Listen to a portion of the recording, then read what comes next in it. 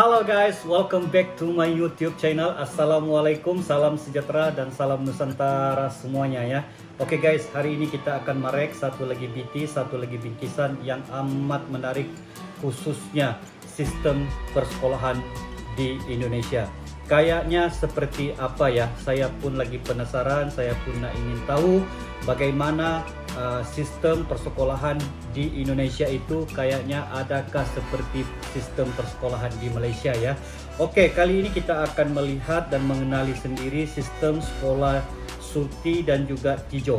Oke guys, sebelum kita merek ataupun melihat BT ini dengan lebih lanjut, seperti biasa jangan lupa like, komen, dan share serta subscribe ya untuk channel ML Studios guys. Oke, judul ataupun reaksi kita pada kali ini adalah sistem persekolahan di Indonesia.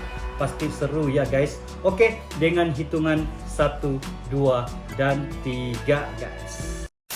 Ia tak sama dengan kita di sini, di mana kalau kita bermula dari bulan Januari sampai bulan November tahun yang sama bagi setiap satu tahun ajaran. Sementara kalau di sana dia bermula dari bulan Julai sampai Jun tahun hadapan. Lepas tu dipecah kepada 2 semester. Lepas tu diorang kena sekolah setiap hari kecuali hari Ahad. Hari Isnin sampai Jumaat pakai baju warna putih merah atau putih kelabu atau putih biru, dan setiap hari Sabtu pula kena pakai baju seragam warna coklat atas bawah, dikenali sebagai baju pramuka atau pengakap.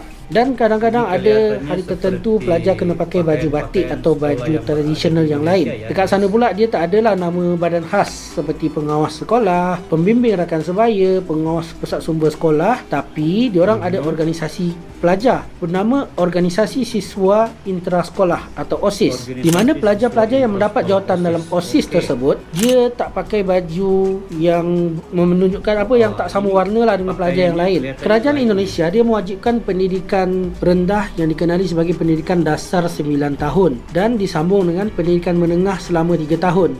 Jadi lebih kurang yang pendidikan dasar 9 tahun ni macam masuk darjah 1 sampai form 3 lah, macam tu. Bagi pendidikan dasar yang 9 tahun, dia dipecah dalam 6 tahun yang pertama dan 3 tahun yang kedua. 6 tahun yang pertama disebut sebagai sekolah dasar, atau bagi sekolah agama pula dikenali sebagai madrasah ibtidaiyah. Sementara yang 3 tahun kedua dikenali sebagai sekolah menengah pertama, atau dalam sekolah agama pula sebagai madrasah sanawiyah. Bagi pendidikan menengah yang 3 tahun tu pula, dia dikenali sebagai sekolah menengah atas, atau bagi aliran vocational dikenali sebagai sekolah menengah kejuruan. Dan untuk sekolah agama pula, dia dikenali sebagai madrasah aliyah, atau untuk vocational Madrasah Aliyah Kejuruan. Bagi kita ada UPSR, PT3, SPM. Diorang gunakan satu nama sahaja, iaitu ujian nasional, di mana bagi pelajar yang sekolah rendah tu, dia ambil ujian nasional hanya 3 subjek sahaja, iaitu bahasa Indonesia, matematik dengan sains. Dan bagi sekolah menengah pertama, diorang kena ambil bahasa Indonesia, matematik, sains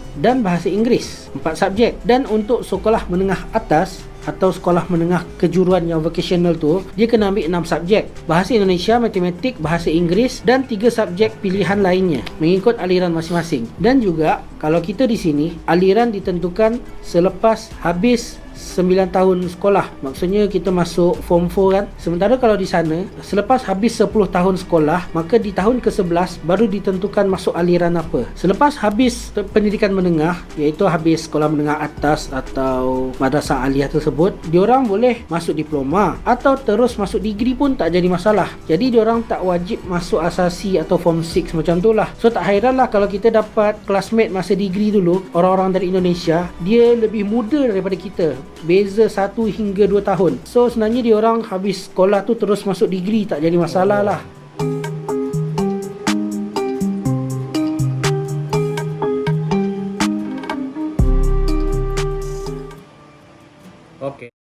Oke ya guys, demikianlah reaksi kita berkenaan dengan khusus sistem persekolahan di Indonesia. Baru tahu ya guys, SD itu kalau di sana sekolah rendah ataupun sekolah dasar ya. Kalau di Malaysia pula, sekolah SD ini kita kenali sebagai SK ataupun sekolah kebangsaan. Dan banyak lagi ya perbedaan dan juga perbezaan di antara sistem pendidikan yang berada di Indonesia dan juga sistem pendidikan yang berada di Malaysia.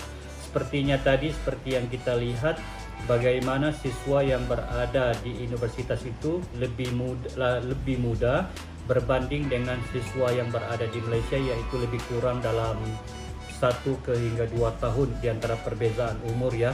Dan di sini kita nampak perbezaan itu di antara sistem persekolahan di Indonesia dan juga sistem persekolahan di Malaysia. Namun demikian guys, kedua-dua sistem ini lebih kurang sama. Namun begitu juga ada juga perbedaannya dikit-dikit ya guys. Oke guys, jadi saya ucapkan terima kasih kepada kalian yang telah bersama dengan saya melihat dan mereka sendiri BT ini dan mengenali sendiri ya sistem persekolahan yang berada di Indonesia guys. Dan serba sedikit kita telah mengetahui juga perbezaan dan juga persamaan di antara sekolah-sekolah yang berada di Indonesia dan juga yang berada di Malaysia guys. Oke guys, jadi sampai di sini saja reaksi kita. Semoga kita bertemu lagi seperti biasa. Jangan lupa like, comment dan share guys, serta subscribe juga ya. Dan jangan lupa tekan loncengnya untuk info-info dan juga video-video yang lebih menarik selepas ini guys. Oke guys, itu saja. Terima kasih Indonesia, terima kasih Malaysia. Kita jumpa lagi semuanya. Respect habis. Bye-bye.